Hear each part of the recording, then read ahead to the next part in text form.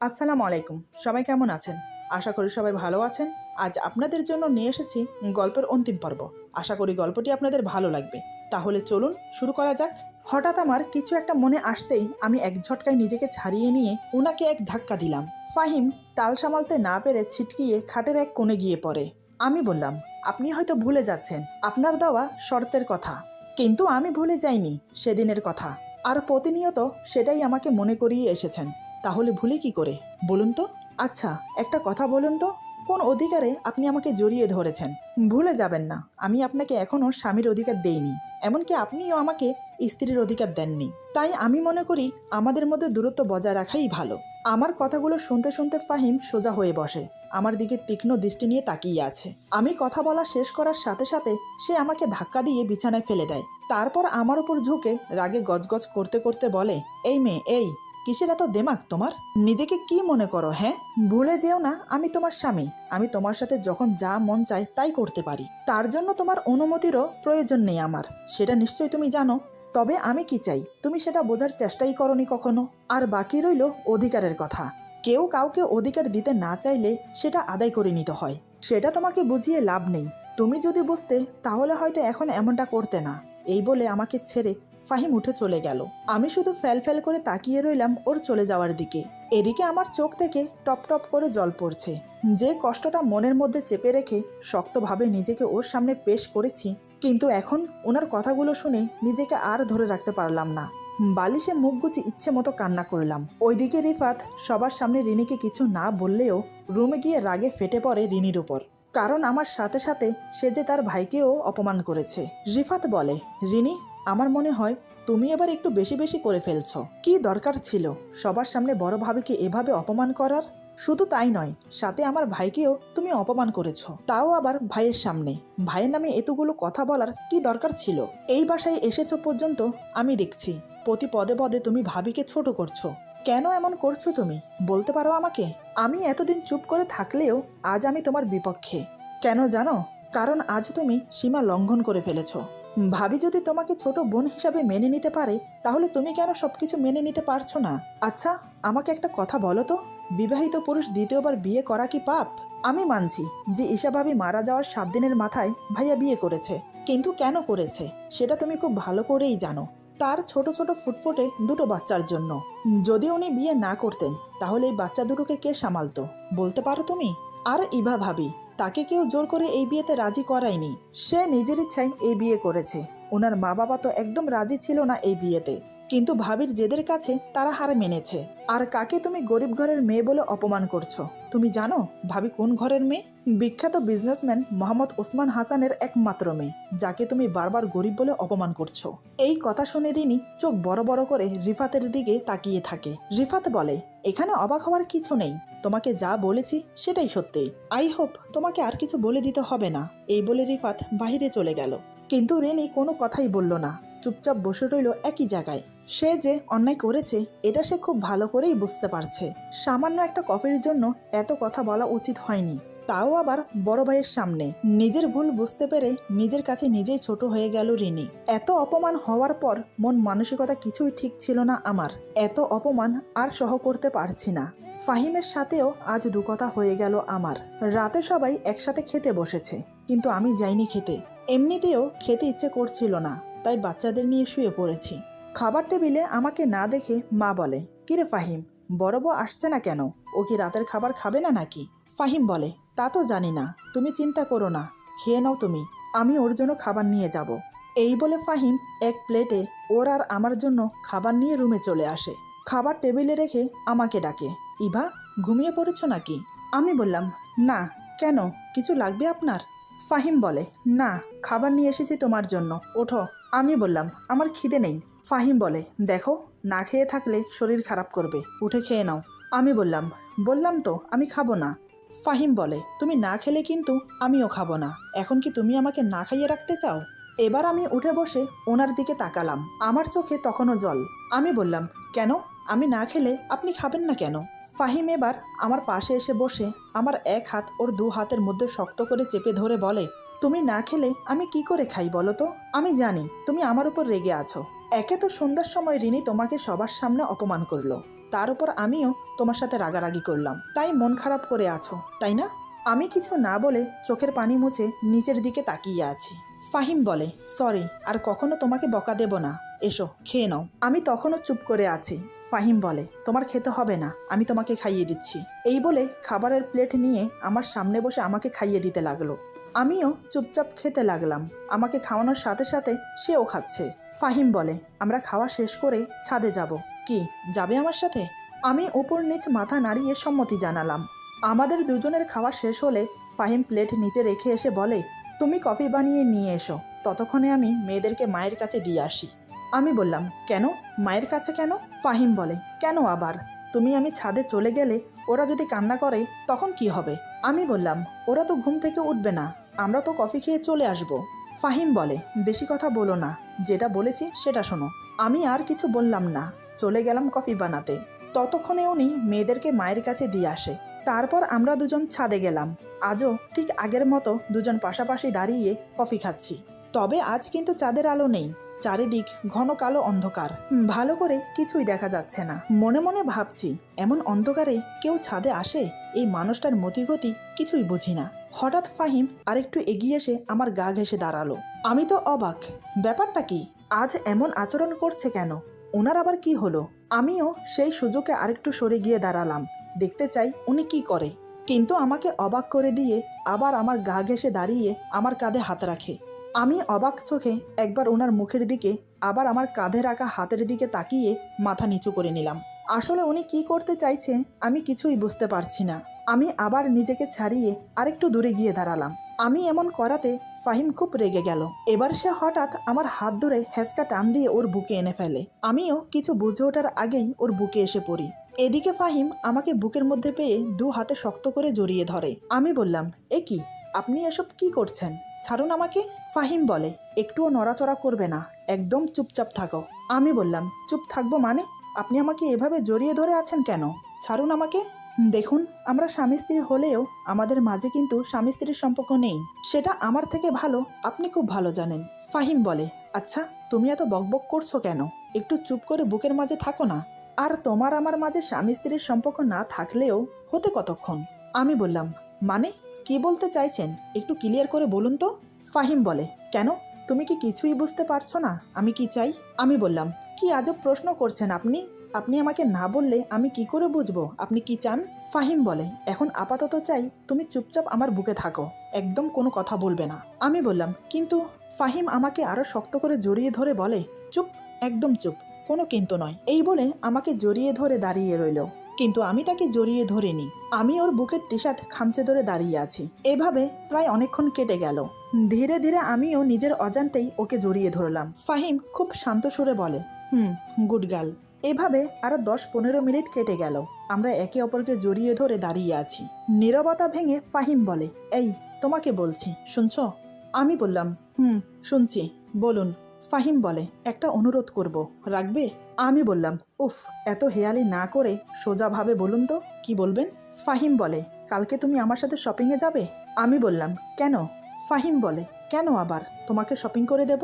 আমি বললাম, তার কোনো প্রয়োজন নেই। ফাহিম বলে, প্রয়োজন আছে, কারণ আমি চাই না আমার জন্য তোমাকে আরও 5টা মানুষ অপমান করার সুযোগ পাক। আমি জানি বিয়ের প্রথম দিন থেকে তোমার সাথে আমি অন্যায় করে এসেছি।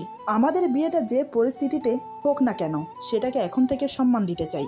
আসলে ঈশাকে আমি এতটাই ভালোবেসেছি যে কখনো ওর জায়গা কাউকে দিতে পারবো না ভেবেছিলাম, তাই তোমার সাথে খুব খারাপ ব্যবহার করেছি। কিন্তু এখন বুঝতে পারছি তুমি ঈশা থেকে কোনো অংশে কম না, তার স্থান আমি তোমাকে দিতে চাই। ইভা, সবকিছু ভুলে আমাকে আপন করে নিতে পারবে না? আমার যে এখন তোমাকে খুব প্রয়োজন। আমি কিছু না বলে ওনাকে আরো শক্ত করে জড়িয়ে ধরলাম। ওনার চাওয়াকে কোনোভাবেই আমি প্রত্যাখ্যান করতে পারবো না। আমিও যে ওনাকে ভালোবাসতে শুরু করেছি। ফাহিম আমার মাথায় হাত রেখে বলে, নতুন করে সংসার শুরু করতে চাই, তুমি চাও তো আমার সাথে থাকতে? আমি বললাম, খুব চাই। আমার কথা শোনা মাত্রই ফাহিম আমাকে কোলে তুলে নেয়। আমি বললাম, আরে আরে, কেউ দেখে ফেলবে তো যে আপনি আমাকে কোলে তুলেছেন, আমাকে এক্ষুনি নিচে নামিয়ে দেন। ফাহিম আমাকে আরো শক্ত করে বুকের সাথে চেপে ধরে বলে, বউয়ের সাথে কি একটু প্রেমও করতে পারবো না কেউ দেখার ভয়ে? আমি বললাম, না, অত প্রেম করতে হবে না, আমাকে নামিয়ে দেন। ফাহিম বলে, আরে বুঝতে পারছো না কেন, প্রেম না করলে সংসার করার মজা থাকে না যে। আমি বললাম, আজকে হঠাৎ এত রোমান্টিক মোড, কি ব্যাপার বলুন তো? ফাহিম বলে, অনেক তো তোমাকে অবহেলা করলাম, কিন্তু আমি যে আমার প্রতিজ্ঞার কাছে হেরে গেলাম। আর কত বলো তো? এতদিনের সব কষ্ট ভুলিয়ে দিতে চাই তোমার। আমি বললাম, সত্যি কি তুমি পারবে অতীতে সব ভুলে গিয়ে আমাকে ভালোবাসতে, আমাকে স্ত্রীর মর্যাদা দিতে? ফাহিম বলে, পারবো। কিন্তু তুমি কি বললে আবার বলো তো? আমি বললাম, আমি আবার কি বলেছি? ফাহিম বলে, ওই যে আমাকে তুমি করে বললে, সেটা আবার বলো। আমি বললাম, না, আপনি করে বলাই ভালো হবে। ফাহিম বলে, তাই বুঝি? আপনি করে বললে ভালো হবে বলছো? তাহলে তো আমারও এখন ইচ্ছে করছে তোমাকে থপাস করে নিচে ফেলে দিতে, আমার ভালো লাগার জন্য। আমি বললাম, নিচে ফেলে দিলে আমার কোমরের হাড্ডি একটাও থাকবে না, তখন কি হবে? ফাহিম বলে, কি আর হবে, তোমার সেবা করব, আর যখন আপনি করে বলবে তখন আবার কোলে তোলে ফেলে দেব। আমি বললাম, খুব বাজে আপনি। ফাহিম বলে, খুব বেশি বাজে তাই না? আবার বলছো আপনি করে, এখন তুমি থাকো কোমর ভেঙে। আমি বললাম, এই না না, আমাকে ফেলে দেবেন না, তুমি করেই বলবো। ফাহিম বলে, তাহলে বলো। আমি বললাম, এই শোনো, একটা কথা ছিল। ফাহিম বলে, এই তো এবার হয়েছে, বলো, তোমার হাজারটা কথা শুনতে রাজি আছি। আমি বললাম, আগে আমাকে কোল থেকে নিচে তো নামাও, তারপর বলছি। ফাহিম বলে, না না, কোল থেকে নিচে নামানো যাবে না, যা বলার আমার কোলে থেকেই বলো। আমি বললাম, রিফাত বিয়ে করেছে, সেটা আমাদের আত্মীয় স্বজন কেউ জানে না, আর রিনির পরিবারের সাথে আমাদের পরিচয়ও নেই। তাই ভাবছি আমরা যদি ঘরোয়াভাবে আত্মীয় স্বজনকে দাওয়াত দিয়ে ওদের বিয়ের কথা জানাই, সাথে ওর পরিবারের সাথেও আমাদের পরিচয় হবে। তুমি কি বলো? ফাহিম বলে, খুব ভালো হবে, কিন্তু মা যদি রাজি না হয়? কারণ মা ওদের উপর রেগে আছে। আমি বললাম, মাকে রাজি করানোর দায়িত্ব আমার, তুমি শুধু আয়োজন করো। ফাহিম বলে, আচ্ছা বেশ। আমি বললাম, কালকে শপিংয়ে যাব, আর আত্মীয় স্বজন কয়েকজনকে দাওয়াত দিতে হবে। ফাহিম বলে, সত্যি বলতে তুমি আমাদের পরিবারের জন্য অনেক বড় পাওয়া, তুমি কত ভাবো আমাদের পরিবারটাকে নিয়ে। আমি বললাম, বিয়ের পর মেয়েদের শ্বশুর বাড়িই তো সব, বিয়ে করে শ্বশুর বাড়িতে এসে যদি মায়ের মতো শাশুড়ি পাওয়া যায় আর বন্ধুর মতো স্বামী পাওয়া যায়, তাহলে একটা মেয়ের জন্য আর কি চাওয়া থাকে বলো তো? ফাহিম আমার কপালে একটা চুমু দিয়ে বলে, তুমি সত্যি অনেক ভালো। আমি বললাম, দেখেছ, আমার মেয়েদের বাসায় রেখে এখানে বসে প্রেম আলাপ শুরু করেছে। ফাহিম বলে, ও, যত দোষ এখন আমার হলো। আমি বললাম, এখন চলো নিচে। ফাহিম বলে, আরে এমন করছো কেন, নিচে পরে যাওয়া যাবে, আর মেয়েদেরকে তো মায়ের কাছে দিয়ে এসেছি নাকি, ও নিয়ে তুমি চিন্তা করো না, এখন সব বাদ দিয়ে একান্ত তোমার সাথে সময় কাটাতে চাই। আমি বললাম, এই তোমার মতলব কি বলো তো? আমার কিন্তু তোমার মতিগতি ভালো ঠেকছে না, কি করতে চাইছো বলো তো? আমার কথার কোনো উত্তর না দিয়ে হঠাৎ ফাহিম আমার ঠোঁটে ওর ঠোঁট ডুবিয়ে দেয়। একটা না কিছুক্ষণ ঠোঁটে কিস করে ছেড়ে দিয়ে আমার কপালে গালে চুমু দিয়ে ভরিয়ে দিতে লাগলো। কিছুক্ষণ আমার চোখের দিকে তাকিয়ে থেকে আবার আমার ঠোঁটে ঠোঁট ডুবিয়ে দিল। এদিকে আমি ওর গলা শক্ত করে জড়িয়ে ধরে প্রত্যেকটা আদর উপভোগ করতে লাগলাম। ওর প্রতিটা ছোঁয়া আমার যৌবনে জ্বালা ধরিয়ে দিচ্ছে। ফাহিম আবারও একটানা অনেকক্ষণ ঠোঁটে কিস করে হাঁপিয়ে গেল। আমার ঠোঁট ছেড়ে দিয়ে আমার মুখের উপরে মুখ রেখে জোরে জোরে নিঃশ্বাস ফেলতে লাগলো। সত্যি বলতে আমিও হাঁপিয়ে গেছি, এতক্ষণ পর্যন্ত কেউ কাউকে কিস করতে পারে আমি জানতাম না। আমি হাঁপাতে হাঁপাতে বললাম, কি হলো এটা? এমন খোলা আকাশের নিচে কেউ এমন করে? তোমার তো দেখছি একটুও লজ্জা নেই। ফাহিম বলে, এখানে লজ্জার কি আছে? আমি কি পরনারীকে আদর করছি নাকি? আমি তো আমার লক্ষ্মী বউটাকে আদর করছি। আমি বললাম, অনেক হয়েছে, এবার আমাকে নিচে নামাও। ফাহিম বলে, আরে তুমি নিচে নামার জন্য এত উতলা হচ্ছ কেন? আমার কোলে থাকতে কি তোমার অসুবিধা হচ্ছে? আমি বললাম, না, অনেক সময় হয়ে গেছে, আমরা ছাদে এসেছি। ওইদিকে মা কি ভাবছে বলো তো? ফাহিম বলে, মা আর কি ভাববে, হয়তো ভাববে আমার ছেলে আর ছেলের বউ হয়তো রোমান্টিক সময় কাটানোর জন্য মেয়েদেরকে আমার কাছে দিয়ে গেছে। আমি বললাম, এ মা, তাহলে কি হবে? কি লজ্জার বিষয়। এই অনেক হয়েছে, চলো নিচে। ফাহিম বলে, না, আমি তোমাকে নিয়ে আরো কিছুক্ষণ সময় কাটাতে চাই। আমি বললাম, কে বারণ করেছে শুনি? যেভাবে বলছো মনে হচ্ছে আমি কোথাও চলে যাচ্ছি। সারা রাত তো পড়ে আছে নাকি? রুমে গিয়ে তখন না হয় যা করার করো। ফাহিম বলে, সত্যি বলছো? আজ তুমি কিন্তু আমার পাশে ঘুমোবে। আমি বললাম, দেখা যাবে, এখন চলো নিচে। ফাহিম বলে, ঠিক আছে চলো। আমি বললাম, আরে যাব কিভাবে, তুমি তো আমাকে নিচেই নামাচ্ছ না। ফাহিম বলে, নামতে হবে না, আমি নিয়ে যাব কোলে করে। আমি বললাম, না না, এখানে নামিয়ে দাও। কে শুনে কার কথা? ফাহিম আমাকে কোলে করে নিয়ে গেল নিচে। ভাগ্যিস তখন সবাই যে যার রুমে ছিল, তাই কেউ দেখেনি। আমি আর ফাহিম মায়ের রুমে গিয়ে দেখি মেয়েরা ঘুমিয়ে গেছে। আমরা মেয়েদেরকে কোলে নিয়ে রুমে নিয়ে গিয়ে শুইয়ে দিলাম। আমি মেয়েদেরকে মাঝখানে শুইয়ে দিয়ে অন্য পাশে শুয়ে পড়লাম। এটা দেখে ফাহিম বলে, এই ভা, ওখানে শুয়ে পড়লে কেন? আমি বললাম, বারে, আমি তো এখানেই ঘুমাই নাকি? ফাহিম বলে, দেখো, আমার সাথে একদম মজা করবে না, এখানে এসে ঘুমাও। আমি বললাম, না, আমি এখানে ঠিক আছি। ফাহিম বলে, তুমি কি আসবে নাকি আমি ওখানে আসব? আমি বললাম, আমি জানি তুমি সারা রাত আমাকে ঘুমোতে দেবে না। ফাহিম বলে, তা তো দেব না তো। আমি বললাম, তাই আমি এখানে ঘুমাবো। ফাহিম বলে, দাঁড়াও, ওখানে ঘুমানো বের করছি তোমার। এই বলে উঠে এসে আমার উপর ঝাঁপিয়ে পড়ে। আমি বললাম, এই কি করছো? মেয়েরা তো উঠে যাবে। ফাহিম বলে, মেয়েরা উঠে গেলে তোমার দোষ, এতবার করে বললাম এখানে আসো, কিন্তু না, উনি আসবে না। যদি আমার কথা মতো চলে আসতে তাহলে একটু দয়া করতাম, ঘন্টা দুয়েক আদর করে ছেড়ে দিতাম। এখন যখন আমাকে উঠিয়েছ তাহলে আর ছাড়ছি না। ফাহিমের কথা শুনে আমি শুকনো ঢোক গিলে বললাম, মানে? ফাহিম বলে, মানে আর কি, আজ রাত তোমার আমার, এই রাত তুমি স্মরণীয় করে রাখবে। আজ তোমাকে আমি এতটা ভালোবাসা দেব, এত এত আদর করব, যা কল্পনাও করতে পারবে না। এতক্ষণ ফাহিম আমার উপর শুয়ে শুয়ে কথাগুলো বলছে, আজ ও আমাকে ছাড়বে না, এটা আমি খুব ভালো করেই বুঝতে পারলাম। তাই হলো, ফাহিম আমাকে আদরে আদরে ভরিয়ে দিতে লাগলো, আমার কপালে, গালে, ঠোঁটে, অবশেষে গলায় কিস করতে করতে নিচের দিকে নামতে লাগলো। আমি ওর মাথার চুল খামচে ধরে চোখ বন্ধ করে ওর প্রত্যেকটা ছোঁয়া অনুভব করতে লাগলাম। ফাহিম ধীরে ধীরে আমার বুক থেকে ওড়না সরিয়ে দিল, তারপর এক এক করে পরনের কাপড় খুলতে লাগলো। আমার ভীষণ লজ্জা হচ্ছে, কারণ পাশে মেয়েরা শুয়ে আছে। আমি ফাহিমের হাত ধরে থামানোর চেষ্টা করলাম, কিন্তু কোনো লাভ হলো না। তারপর আমরা দুজন আদিম খেলায় মেতে উঠলাম। আজ আমার জীবন সার্থক হলো যে কেউ আমাকেও ভালোবাসে, আমিও কারোর ভালোবাসার যোগ্য। ফাহিম আমাকে এত ভালোবাসলো যা আমি কখনোই ভুলতে পারবো না। সারা রাত দুজন গল্প করে একে অপরকে ভালোবেসে কাটিয়ে দিলাম। ভোর 5:30টার দিকে দুজন উঠে ফ্রেশ হয়ে নামাজ পড়লাম। নামাজ পড়ে ফাহিম ঘুমিয়ে গেল, কিন্তু আমি ঘুমাইনি। আমি রান্নাঘরে গেলাম সবার জন্য নাস্তা রেডি করতে। সব কাজ শেষ করতে করতে 8টা বেজে গেল। একে একে সবাই এসে নাস্তা করলো, শুধু ফাহিম ছাড়া, সে এখনো ঘুমোচ্ছে। মা নাস্তা করে নিজের রুমে চলে গেল, আমি আর রিনি রান্নাঘরে চলে গেলাম। তারপর আমরা দুজন মিলে দুপুরের রান্না শেষ করলাম। দুপুরের দিকে সবাই একসাথে খেতে বসেছি। তখন আমি মাকে বললাম, মা, আমি আর আপনার ছেলে চাই রিনি আর রিফাতের বিয়েটা ঘরোয়াভাবে আয়োজন করে আত্মীয় স্বজনদের জানাতে। মা বলে, কোনো দরকার নেই, ওরা নিজেরাই বিয়ে করে নিয়েছে, তখন তো কারোর কথা মনে রাখেনি। ফাহিম বলে, মা, ওরা ভুল করে ফেলেছে, তাছাড়া রিনিকে আমাদের পরিবারের সাথে মানিয়ে নিতে হবে তো। রিফাত বলে, মা, আমি ভুল করে ফেলেছি, তোমাদের না জানিয়ে বিয়ে করে, আমাকে মাফ করে দাও। রিনি বলে, আপনি বলেছেন বাড়ির যোগ্য বউ হয়ে দেখাতে, তাই আমাকে একটু সুযোগ দেন মা। খুব নরম সুরে রিনি বলে। মা বলে, আচ্ছা ঠিক আছে, তোদের সবার কথা মেনে নিলাম, ঘরোয়া আয়োজন করে সবাইকে জানাবো। হঠাৎ রিনি খাওয়া ছেড়ে এক দৌড়ে এসে আমাকে জড়িয়ে ধরে বলে, থ্যাংক ইউ এ লট ইভা আপু, তোমার জন্যই সব হয়েছে, আর সরি আমার ব্যবহারের জন্য, আমাকে ক্ষমা করে দাও। আমি বললাম, ক্ষমা চাইতে হবে না, আমি তোমার কথায় তেমন কিছু মনে করিনি, তবে আমাকে ধন্যবাদ দিতে হবে না, মা রাজি হয়েছে বলেই অনুষ্ঠান হবে। রিনি বলে, তারপরও কিন্তু সব ক্রেডিট তোমার। মা বলে, এই যে মেয়ে, আমার জন্য কি একটু ধন্যবাদ রাখোনি? রিনি আমাকে ছেড়ে মায়ের মুখে এক লোকমা ভাত দিয়ে বলে, অনেক অনেক ধন্যবাদ মা।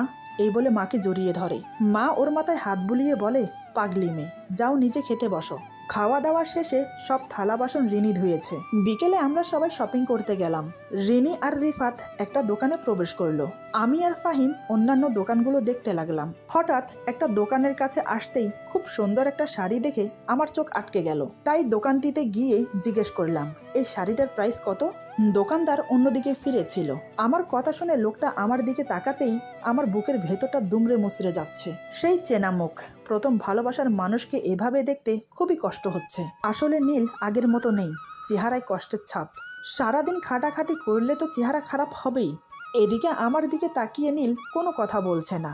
আমাকে দাঁড়িয়ে পড়তে দেখে ফাহিম আমার কাছে এসে বলে, তুমি কি কোনো শাড়ি পছন্দ করেছো? আমি তাড়াতাড়ি চোখের পানি মুছে বললাম, না, অন্য দোকানে চলো। ফাহিম বলে, চলো। একসময় কেনাকাটা শেষ করে বাহিরে ডিনার সেরে বাসায় ফিরতে অনেক রাত হলো। আমি আমার শপিং ব্যাগগুলো আলমারিতে রেখে ফ্রেশ হতে চলে গেলাম। কিছুক্ষণ পর ফ্রেশ হয়ে বেরিয়ে দেখি বিছানার উপর একটা প্যাকেট রাখা আছে, কিন্তু আমার জন্য যে শাড়ি গহনা কেনা হয়েছে সেগুলো তো আলমারিতে রেখে দিয়েছি। তাহলে এই নতুন প্যাকেটটা কার? হয়তো রিনির হবে, ভুল করে আমার রুমে রেখে গিয়েছে। প্যাকেটটা হাতে নিয়ে পা বাড়ায় রুম থেকে বের হবার জন্য। তখনই মাহিরা কেঁদে ওঠে। আসলে আমার মেয়েরা আজকে আমাকে কাছে পায়নি, তাই এখন আমাকে ছাড়তে চাইছে না, সেটা বুঝলাম। কোলে নিয়ে একটু দোলাতেই মেয়ে শান্ত হলো। আমি বললাম, আমার সোনা মা, কাঁদছো কেন? আজকে মা সময় দিতে পারেনি, তাই সরি। তোমার খিদে পেয়েছে তো? মা এখনই খাবার এনে দিচ্ছে। আমার কথা শুনে মাইরা হাসছে। আমার আর মাহিরার হাসাহাসি দেখে ছোট মেয়ে মাইশা কেঁদে উঠল। দুজনের মধ্যে কারো ভাগে ভালোবাসা কম পড়তে পারবে না। আমি বিছানায় বসে দুজনকে কোলে নিলাম। অমনি কান্না থেমে গেল। দুজনের খিদে পেয়েছে। ওদের রুমে একা রেখে যাওয়া যাবে না। ফাহিম ওয়াশরুমে আছে, তাই ওদেরকে মায়ের কাছে রেখে দুধ গরম করে ওদেরকে খাইয়ে রুমে আসতেই ফাহিম বলে, আজকাল আমাকে কি ভুলে যাও? সেই কখন থেকে অপেক্ষা করে আছি তোমার জন্য। আমি বললাম, বারে ভুলে যাব কেন? আমার কাজ থাকে, সেগুলো সেরে তো আসবো। ফাহিম বলে, এত কি কাজ করো হ্যাঁ? আমি বললাম, সংসারকে ভালোবাসলে কাজের অভাব থাকে না, বুঝেছো? ফাহিম বলে, বুঝলাম, খুব সংসারী হয়েছ। আমি বললাম, তা তো হয়েছি, তুমি বরং বাচ্চাদের ঘুম পাড়িয়ে দাও, আমি একটু রিনির সাথে কথা বলে আসি। ফাহিম বলে, রাত হয়েছে, এখন আর কথা বলতে যেতে হবে না। আমি বললাম, যেতে হবে, ও হয়তো ভুলে আমার রুমে একটা ড্রেসের প্যাকেট রেখে গেছে, সেটা দেব। ফাহিম বলে, তুমি কি শিওর এটা রিনির? আমি বললাম, ফাহিম